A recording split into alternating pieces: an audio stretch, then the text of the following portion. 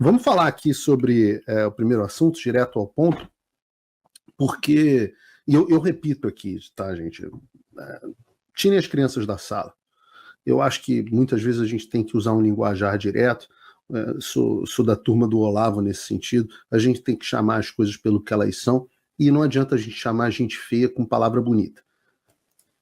Então, eu já estou acostumado a ser difamado, tá? Faz anos que isso acontece, em um certo sentido isso acontece desde que eu sou pequeno, já na escola, e depois mais velho, acontece por um ódio que um setor derrotado da sociedade tem pela minha família. Nascer com o sobrenome Figueiredo gera muito boa vontade com algumas pessoas de bem, mas gera má vontade com as pessoas mais que tendem a ocupar o poder, né? Um dia a gente pode discutir o que faz as pessoas ocuparem o poder.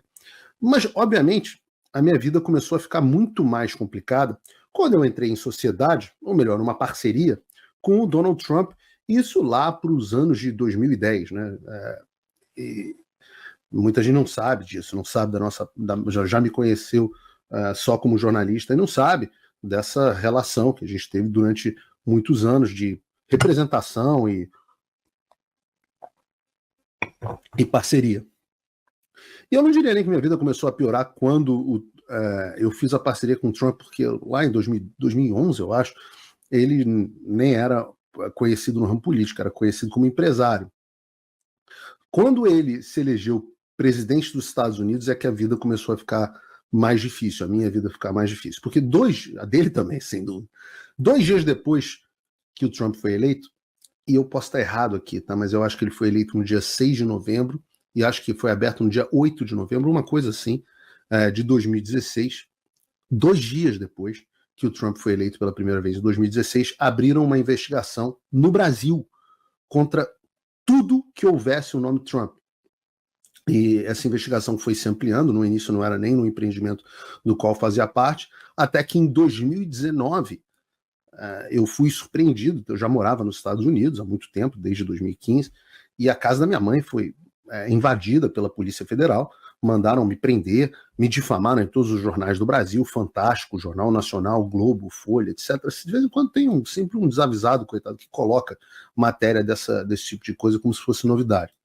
Na época, o procurador, que era um militante pró-Marina Silva, já tinha aberto várias investigações contra pessoas da direita, incluindo o Paulo Guedes.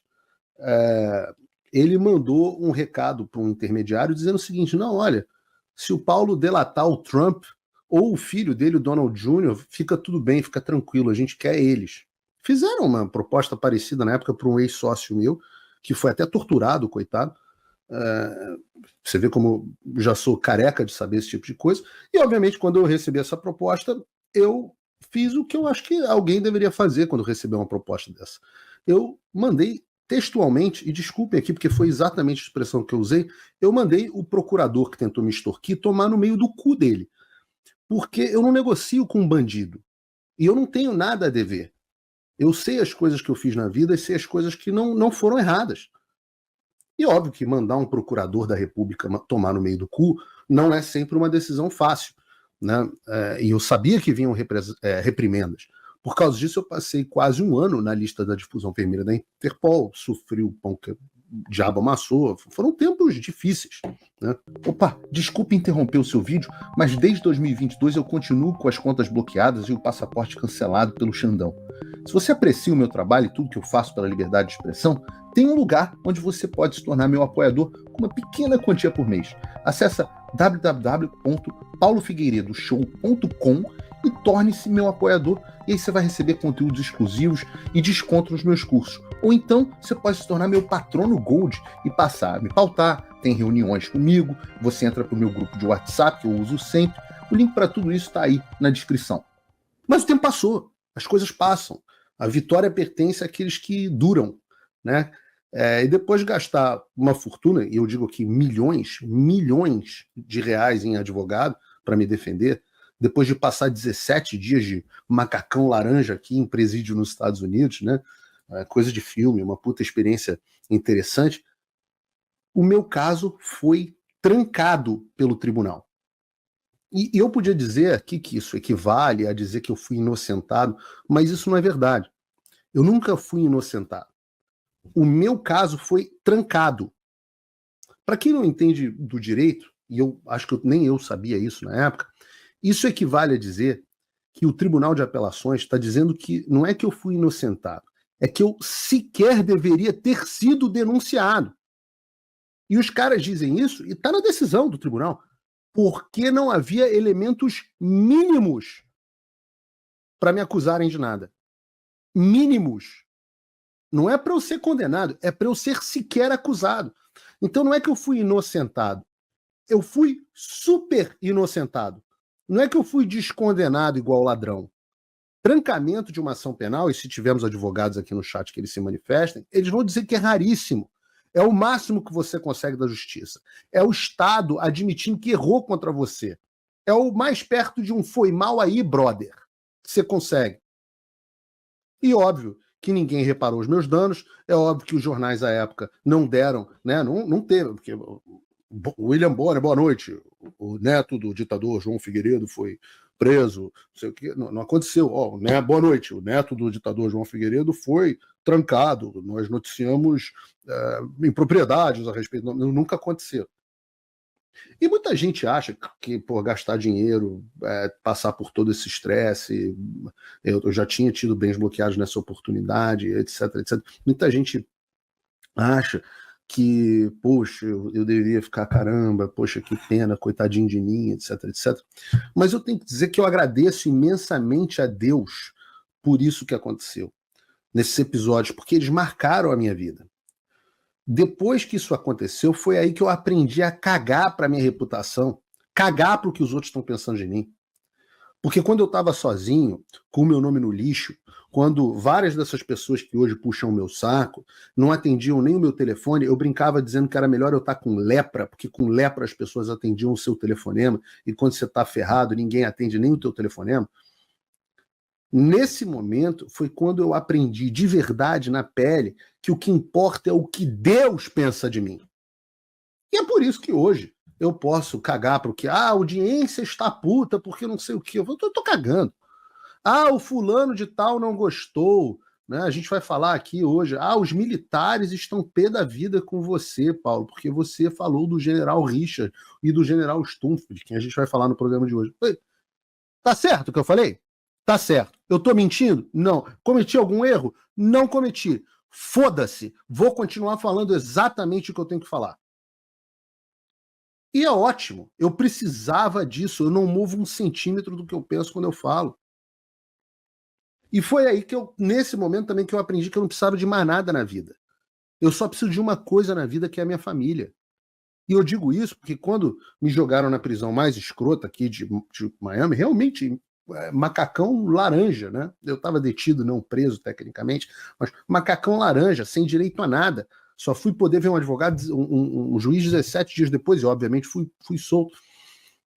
Eu só tinha uma Bíblia na mão, não tinha nada, nada, um objeto pessoal, nem aliança.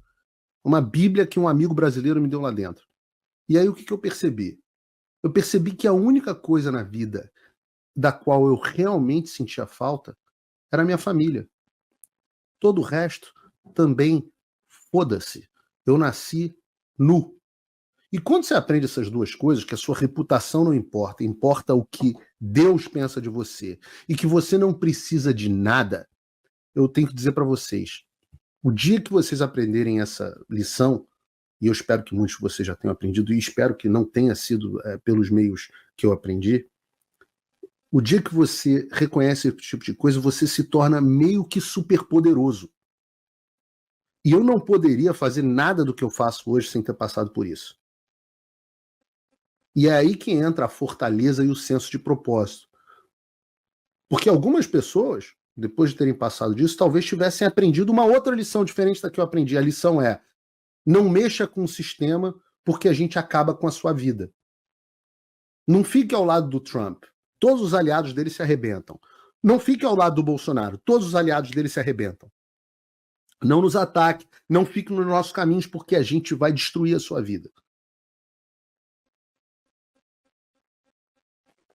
Então, quando nos últimos anos eu decidi usar de todas as minhas forças, tudo que eu podia, para atacar frontalmente, de forma destruidora, o sistema, o regime, essas pessoas que estão no poder, porque eu entendo que elas estão arrebentando com o Brasil, com as pessoas comuns, eu estava com a vida tranquila. Mas eu sabia que vinha represália. Eu só não me importava. E eu não me importo. Então, nos últimos anos, nos últimos 2 anos, né? A gente está em 5 de dezembro.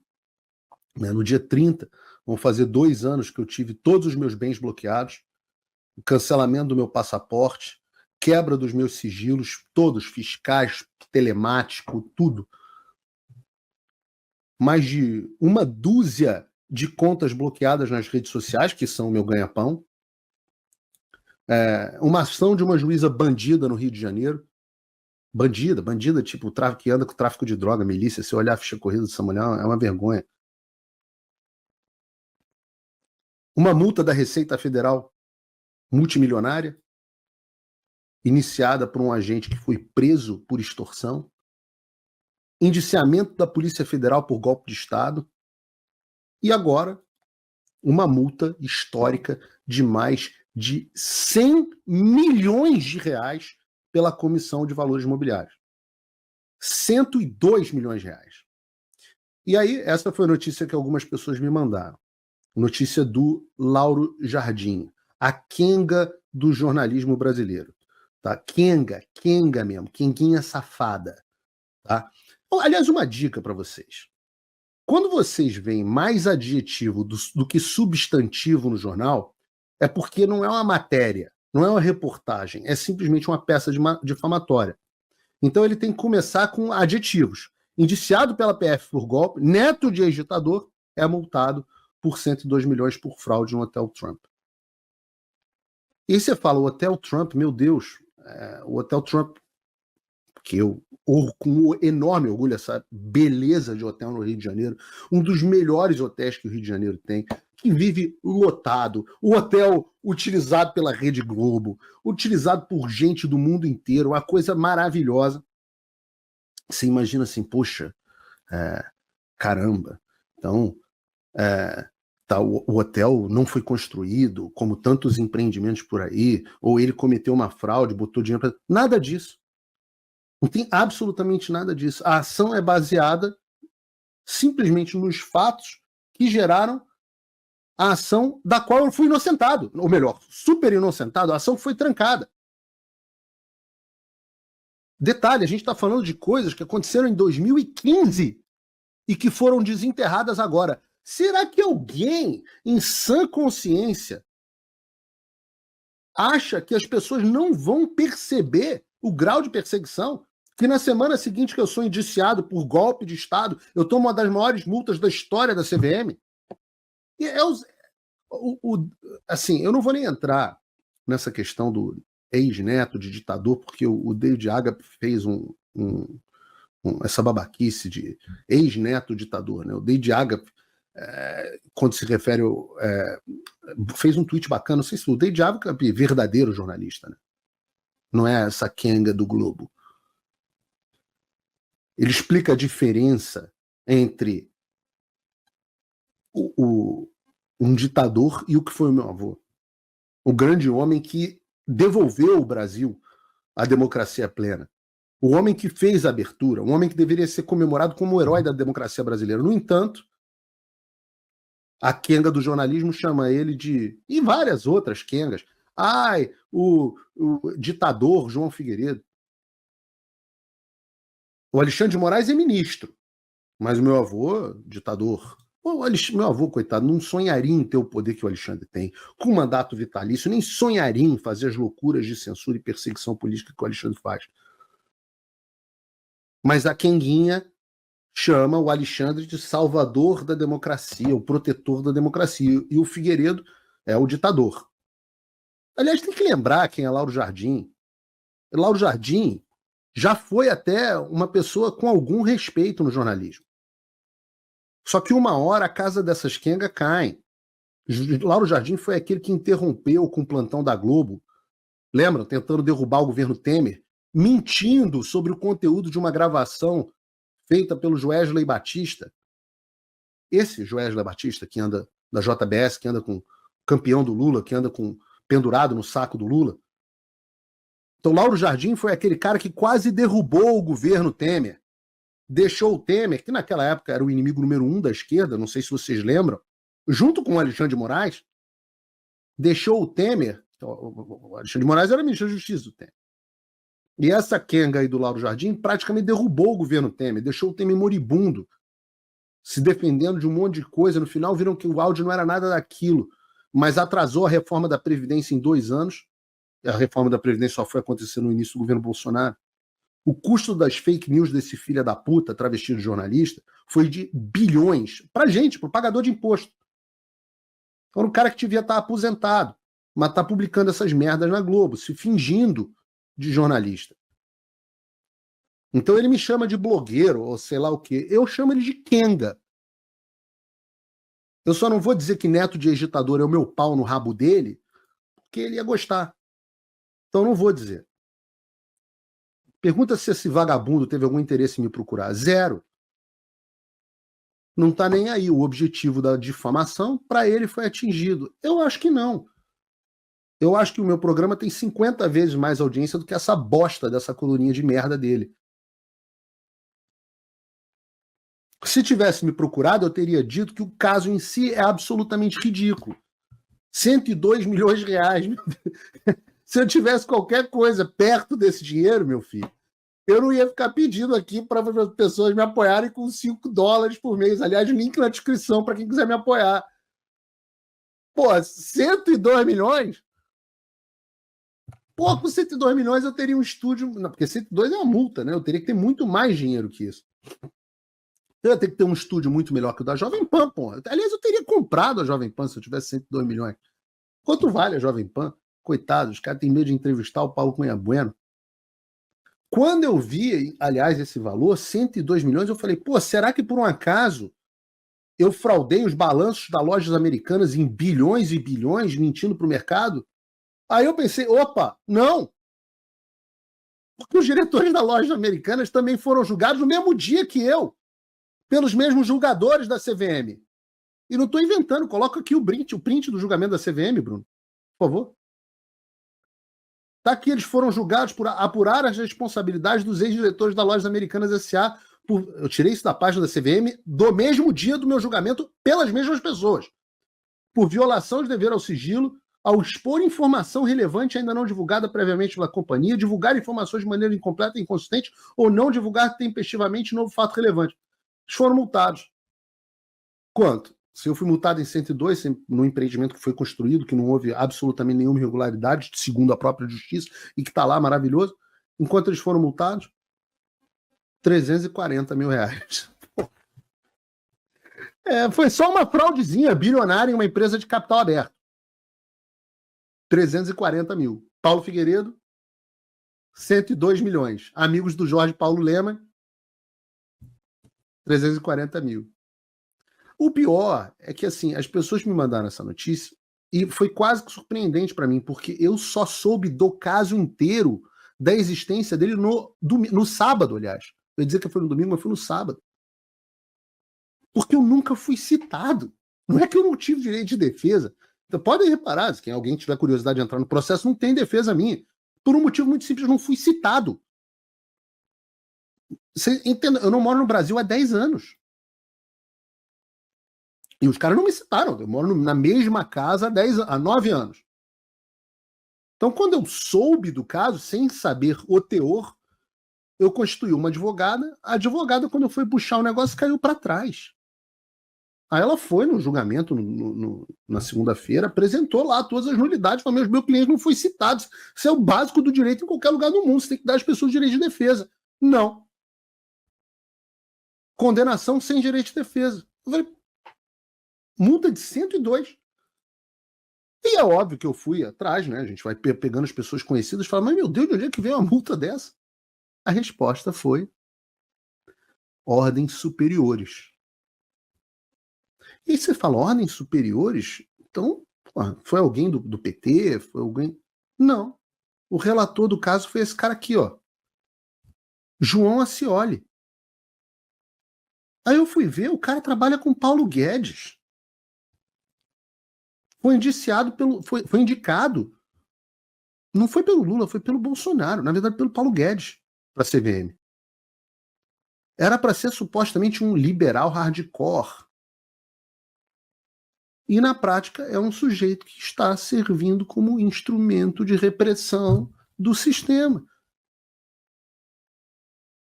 E eu digo isso com toda a convicção, porque a gente vai ver mais sobre o João em breve. Em breve aqui, o material que chegou para mim ainda não dá para divulgar aqui, mas aguardem, porque vai ficar doce. Eu acho que a vingança pertence ao Senhor, né? Mas eu vou ter o prazer de expor quem é. E acho que muita gente vai ficar assustada. Mas eu acho que, acima de tudo, esse caso é uma lição.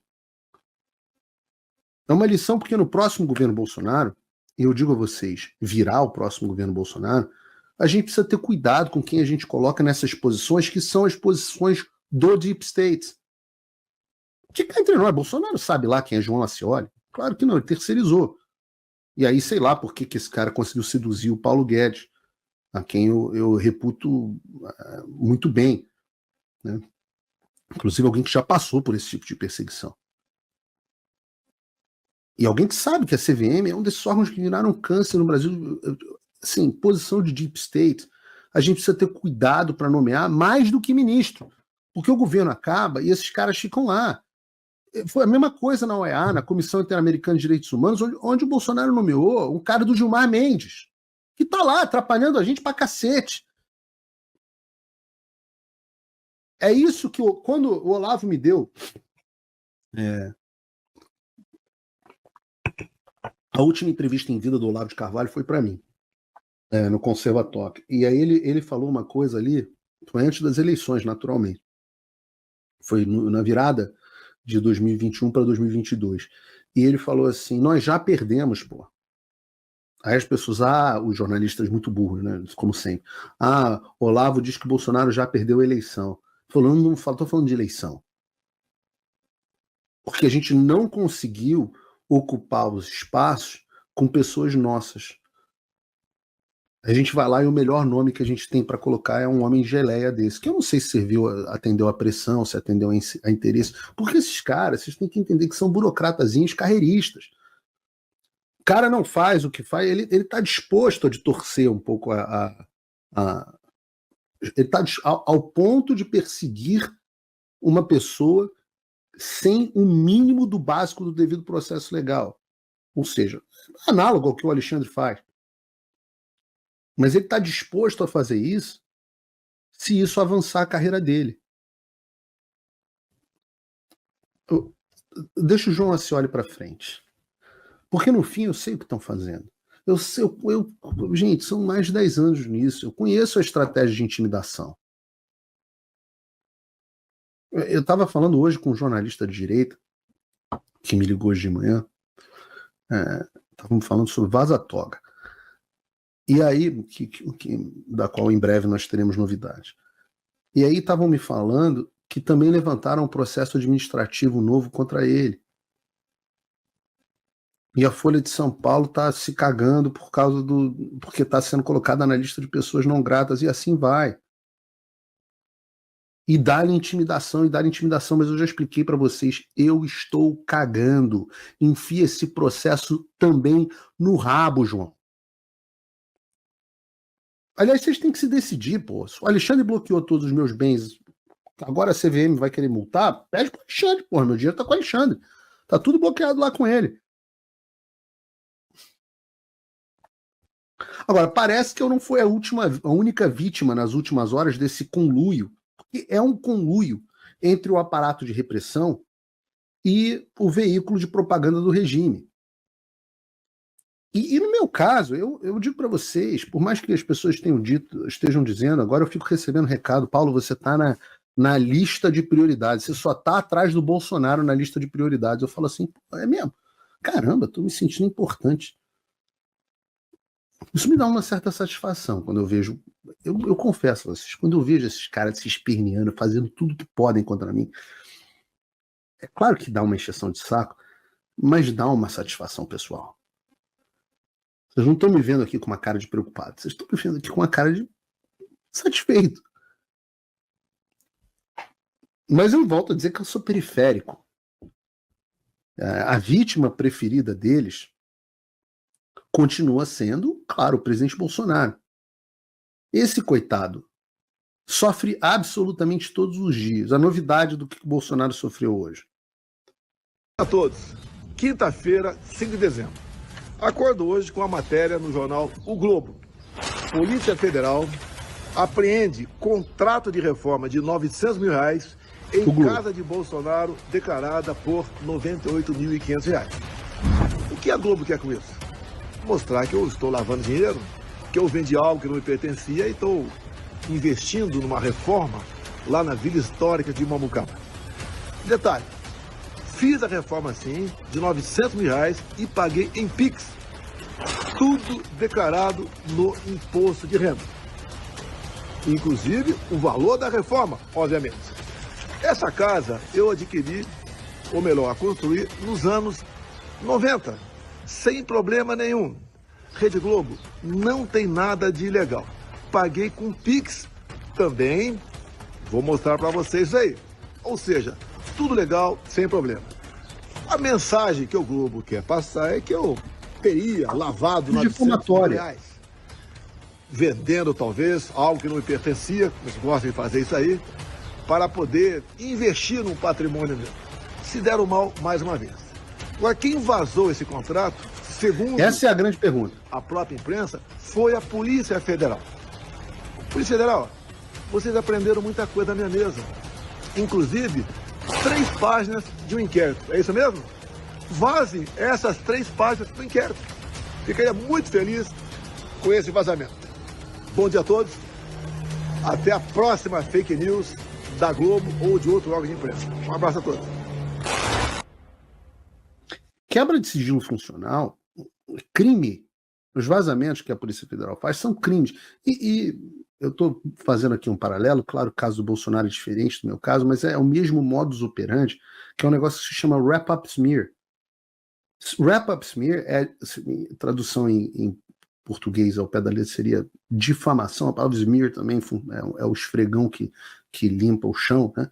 Então, difamação embrulhada, porque é um conluio entre as quengas, que são os veículos de mídia, e os órgãos estatais, ou melhor, os agentes do Deep State,